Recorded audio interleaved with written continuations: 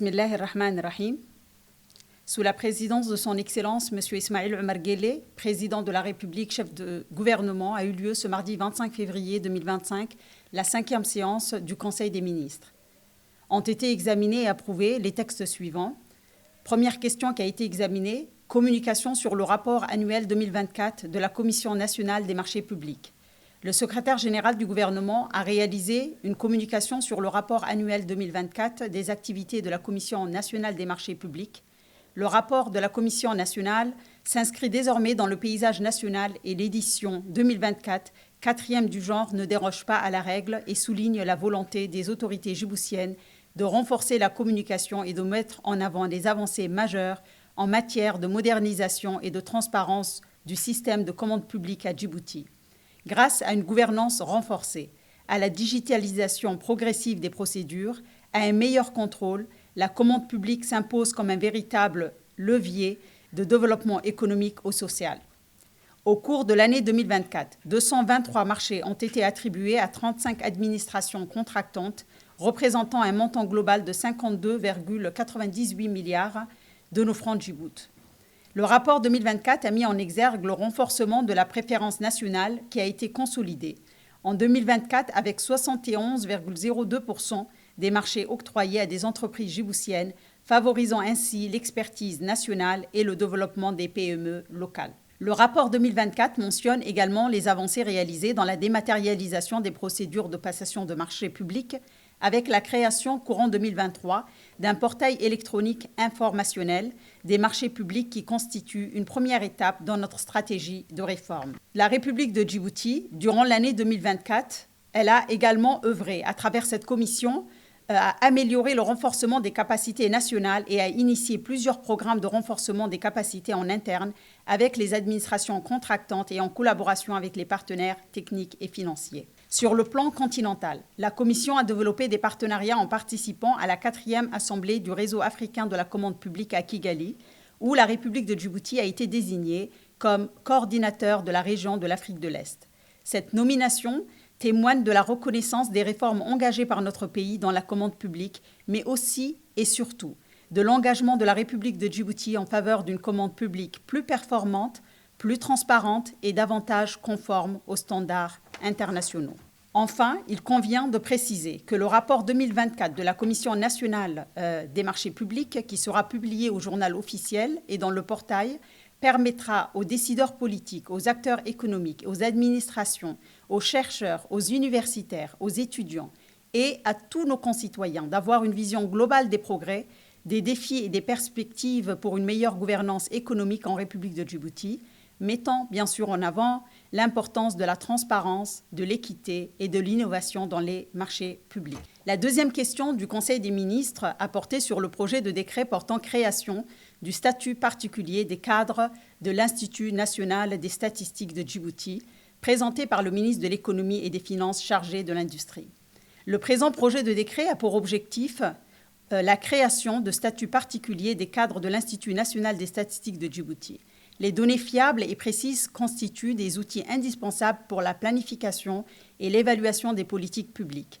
Jusqu'à présent, les statisticiens ne disposaient pas d'un cadre juridique spécifique qui prenait suffisamment en compte la technicité et les exigences spécifiques de ces métiers.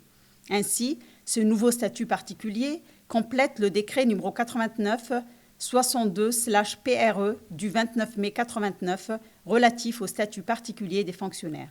Ce texte prévoit la création d'un statut particulier des cadres de la statistique qui comprend un cadre des administrateurs de la statistique de l'échelle de rémunération et de carrière A, un cadre des techniciens supérieurs de l'échelle de rémunération et de carrière B, un cadre des agents de maîtrise de la statistique de l'échelle de rémunération C. L'adoption de ce décret permettra de renforcer indéniablement l'attractivité des métiers de la statistique et garantira in fine à une meilleure qualité des données produites, contribuant ainsi à des prises de décision et des politiques plus efficaces. Le projet de décret s'inscrit donc dans la volonté de moderniser l'administration publique, en particulier le domaine de la production et de l'analyse des données statistiques et démographiques en République de Djibouti. La troisième question qui a été examinée en Conseil des ministres en ce mardi Projet de décret portant adoption de la stratégie du plan d'action 2024-2027 de réforme et de la gestion des finances publiques porté par le ministre de l'Économie et des Finances chargé de l'Industrie. Le projet de décret a pour objet l'adoption de la stratégie de réforme de la gestion des finances publiques et de son plan d'action 2024-2027.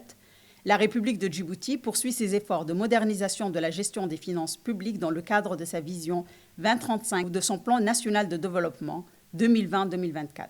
L'évaluation PEFA de 2022 a mis en évidence des défis liés à la discipline budgétaire, à la mobilisation de ressources fiscales et à la transparence des dépenses publiques. Pour y répondre, la stratégie de gestion des finances publiques vise à aligner des pratiques financières sur les normes internationales afin d'assurer une gestion efficace, responsable et transparente des ressources de l'État. Le projet de décret repose sur plusieurs axes majeurs, notamment le renforcement du contrôle budgétaire, la diversification des ressources de revenus en réduisant la dépendance aux droits de douane et l'adoption d'une budgétisation axée sur les résultats. Elle met aussi en place un dispositif de gouvernance spécifique pour assurer son suivi et son efficacité. Enfin, le projet de décret consacre un plan d'action pour la période 2024-2025, définissant les priorités et les indicateurs de performance. Il établit également un cadre de concertation avec les partenaires techniques et financiers afin de garantir l'harmonisation des efforts et le respect des priorités nationales. Cette initiative marque une avancée majeure vers une gestion plus transparente et efficace des finances publiques, à condition qu'un engagement collectif et une coordination efficace entre les acteurs impliqués soient assurés. Le Conseil des ministres a donc également examiné la 4e question portant sur le projet d'arrêté portant organisation, composition et fonctionnement des structures de gouvernance de la stratégie de réforme de la gestion des finances publiques. Ce projet d'arrêté a pour objet l'organisation, la composition et le fonctionnement des structures de gouvernance de la stratégie de réforme de la gestion des finances publiques. Cette stratégie vise à renforcer l'efficacité et la transparence des finances publiques par des mesures structurelles et organisationnelles.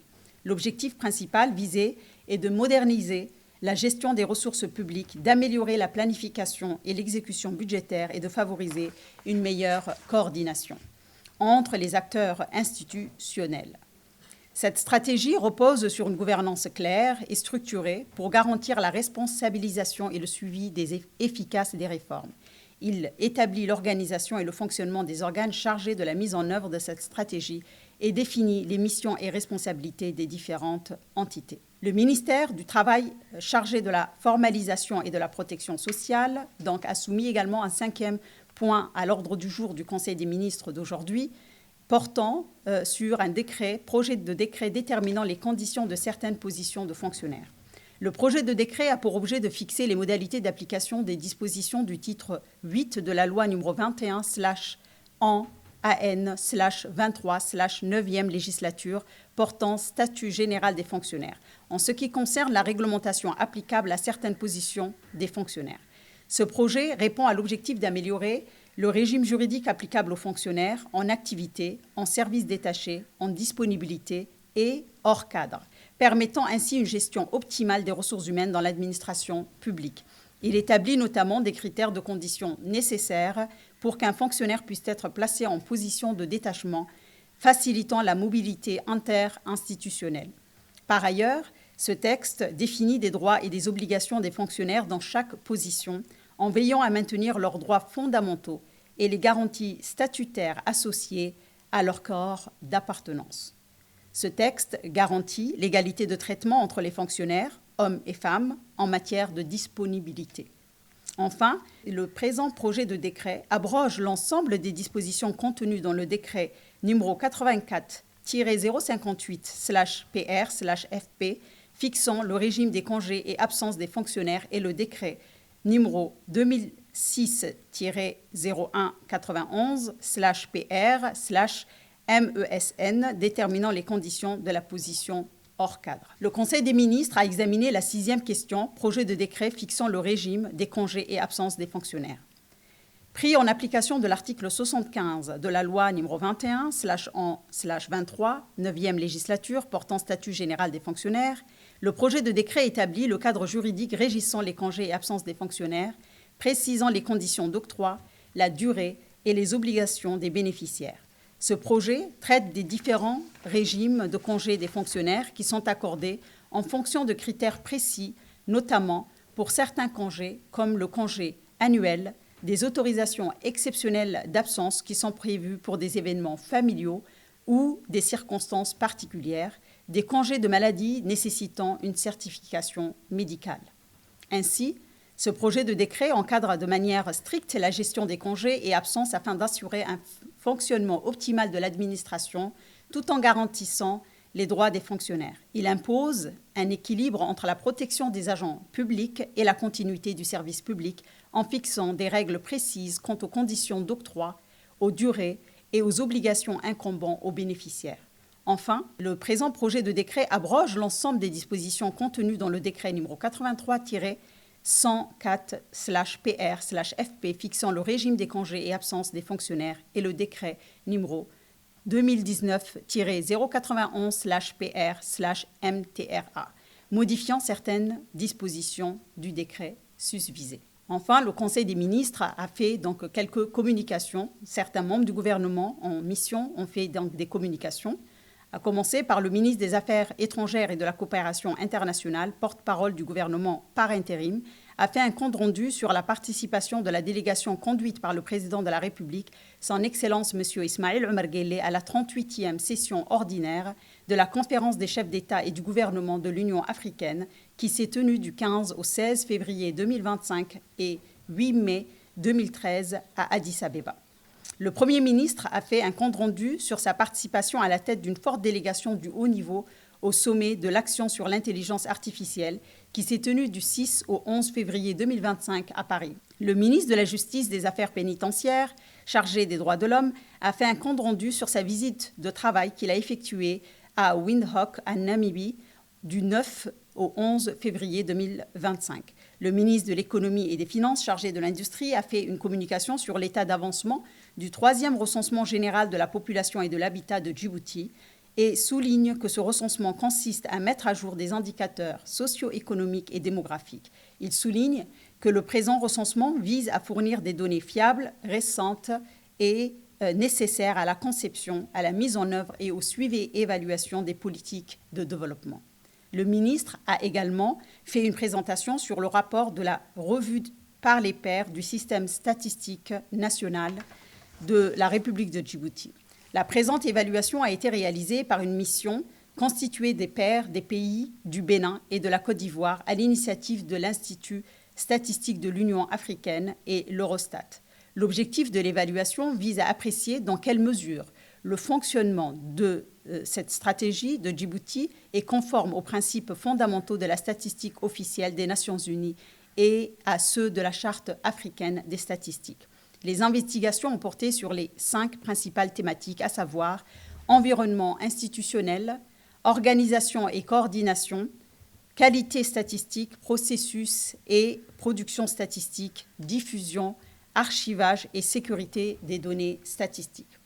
Le ministre de l'Économie et des Finances chargé de l'Industrie a fait un rapport sur la stratégie des réformes de la gestion des finances publiques dans le cadre de la modernisation, de l'amélioration de la gouvernance économique et financière en République de Djibouti, qui met en œuvre donc une stratégie de réforme de la gestion des finances publiques. Cette initiative vise à renforcer la discipline budgétaire, optimiser l'allocation des ressources publiques et aligner la gestion financière du pays sur les normes internationales. Cette réforme s'articule autour de plusieurs axes stratégiques visant plusieurs objectifs, notamment le renforcement de la discipline budgétaire, la modernisation du système fiscal, la rationalisation des dépenses publiques et l'amélioration de la transparence financière. Un volet majeur de cette réforme concerne la modernisation des marchés publics avec l'introduction d'un système de e-procurement et un cadre réglementaire renforcé pour assurer transparence et efficacité. Le ministre de l'Économie et des Finances chargé de l'Industrie a présenté le bilan des réalisations de Djibouti dans le cadre de l'initiative Horn of Africa sur les périodes 2019-2024. Cette initiative régionale a permis de renforcer l'intégration économique et accélérer le développement des infrastructures stratégiques en République de Djibouti, notamment dans les secteurs de transport, de l'énergie et du commerce. La République de Djibouti a ainsi consolidé hub économique et logistique en modernisant des infrastructures portuaires et en améliorant les corridors commerciaux reliant la région. Le ministre de l'Intérieur a fait un compte-rendu sur sa participation à la 42e session ordinaire du Conseil arabe de l'Intérieur qui s'est tenue le 16 février 2025 à Tunis. Le ministre de l'Agriculture, de l'eau, de la pêche, de l'élevage a fait un compte-rendu sur sa participation au sommet des ministres sur l'irrigation et le changement climatique qui s'est tenu du 13 au 14 février 2025 à Addis Abeba. Le ministre des Infrastructures et de l'Équipement a fait un rapport sur la réunion ministérielle relative au projet de la mise en place d'une institution de gestion du corridor de Djibouti qui s'est tenue du 10 au 13 février 2025 en Éthiopie du 10 au 11 février 2025. Le ministre de la Communication chargé des postes et des télécommunications a fait un compte-rendu de sa visite de travail qu'il a effectuée au Koweït du 12 au 14 février 2025. La ministre de la Jeunesse et de la Culture a fait un rapport sur les activités du comité technique pour le lancement du mémorial de la paix d'Arta. La ministre a fait également un compte-rendu sur sa participation à la 13e conférence des ministres de la Culture dans le monde islamique qui s'est tenue du 12 au 13 février 2025 à Jeddah. La ministre déléguée chargée de l'économie et de l'innovation a fait un compte-rendu sur sa participation à la 4e Assemblée générale de l'Organisation de la coopération numérique qui s'est tenue le 19 février 2025 en Jordanie. Le chef de l'État et les membres du gouvernement ont adressé enfin à son Excellence Mahmoud Ali Youssouf leurs plus sincères félicitations pour son élection au poste de président de la Commission de l'Union africaine qui a eu lieu le 15 février 2025 lors du 38e du sommet de l'Union africaine. Ce succès, amplement mérité, témoigne de ses compétences avérées, de son engagement indéfectible et de son dévouement constant au service des valeurs et des objectifs de notre continent. Cette distinction honore non seulement sa personne, mais également notre nation tout entière. Nous lui adressons nos vœux les plus chaleureux de réussite dans l'exercice de ses nouvelles fonctions et responsabilités et sommes convaincus qu'il saura, avec rigueur et détermination, relever le défi qui l'attendent au sein de la prestigieuse institution qu'est l'Union africaine et la Commission de l'Union africaine. Donc, M. Mahmoud Ali Youssouf prendra officiellement ses fonctions à la présidence de la Commission de l'Union africaine le 15 mars 2025, bi'iznillah. En fin de séance, les membres du gouvernement ont souhaité, à l'occasion de l'arrivée du mois béni du mois de Ramadan, ses meilleurs vœux de paix, de prospérité, de prière à toutes les Djiboutiennes et les Djiboutiens, ainsi qu'à l'ensemble du monde musulman tout entier. Ramadan Karim, wa kulli aam wa antum bi alf khair wa baraka.